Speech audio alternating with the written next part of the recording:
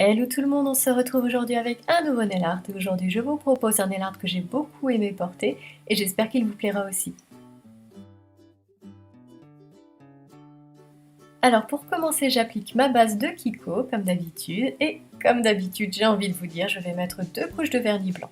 Et je sais, ce que vous pensez, c'est que mes nail art, je commence toujours par du vernis blanc. C'est vrai, je m'en rends compte, je commence toujours mes vidéos pareil. Mais écoutez, c'est vrai que quand on met du vernis blanc sur ses ongles, bah, on a la possibilité de faire plein de trucs différents. Et c'est ça qui me plaît en fait, j'aime beaucoup ça. Donc j'espère que je vous lasse pas trop quand même. Alors une fois que c'est sec, je vais prendre mon stripping tape et je vais en découper plein de petits bouts. Vous allez comprendre pourquoi je dis qu'il en faut plein. Et je vais les coller sur mon ongle. Alors je vais d'abord en mettre un au milieu dans toute la longueur de l'ongle. Et ensuite je vais en coller plein d'autres. Alors vous voyez, je les mets en biais. Je pense que vous allez comprendre en voyant les images. Et en fait, ça fait comme un motif de tresse ou de plume. Et c'est ça que j'ai bien aimé. Alors, pas besoin vraiment de les coller de manière très régulière. Vous voyez, il y en a que j'ai mis assez près les uns les autres. Il y en a, je les ai plus écartés. Et c'est ça que j'ai bien aimé dans ce nail art.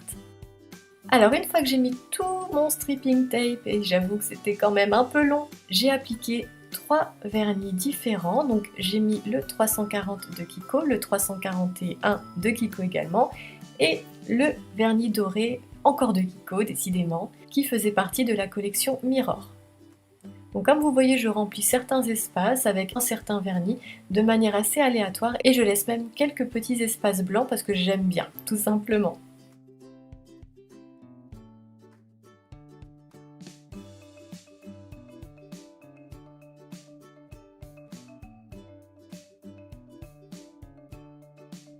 Et je fais ça sur tous mes ongles. Donc je remplis avec du vernis foncé, ensuite je vais mettre du vernis bleu clair et enfin du doré.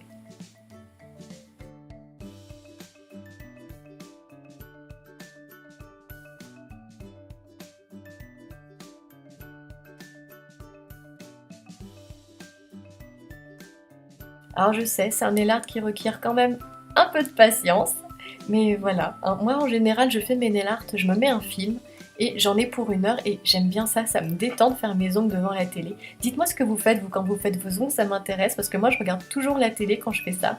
Je regarde des films, je regarde plein de trucs et j'aimerais bien savoir ce que vous faites vous, alors dites-moi ça en commentaire.